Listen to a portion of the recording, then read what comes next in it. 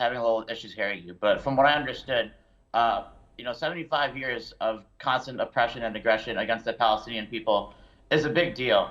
And I think something that's unique that's also happening kind of around the world, particularly in the United States, as was just reported, was the fact that, thousands of people across the United States, and it wasn't just in Washington, D.C., it was in New York, it was in L.A., it was in San Francisco, are also gathering into the streets and to the numbers of thousands to demand, the full liberation of Palestine. And I think this is very important to take this from the political standpoint of the full liberation of Palestine, because, the liberal talking point used to be the two-state solution.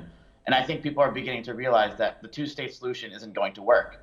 And I think that people are also starting to realize here in the United States that just the extent of the crimes of the Israeli regime is something that's just incalculable.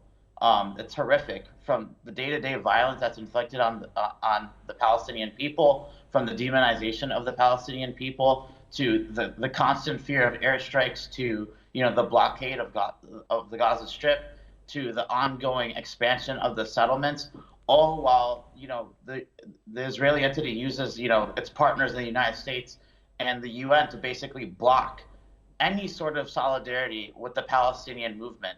And I think leading up to this day, particularly the 75th anniversary of the Nakba, we're seeing Israel actually, in my opinion, at its weakest. It's losing its regional power. It feels threatened, even internally.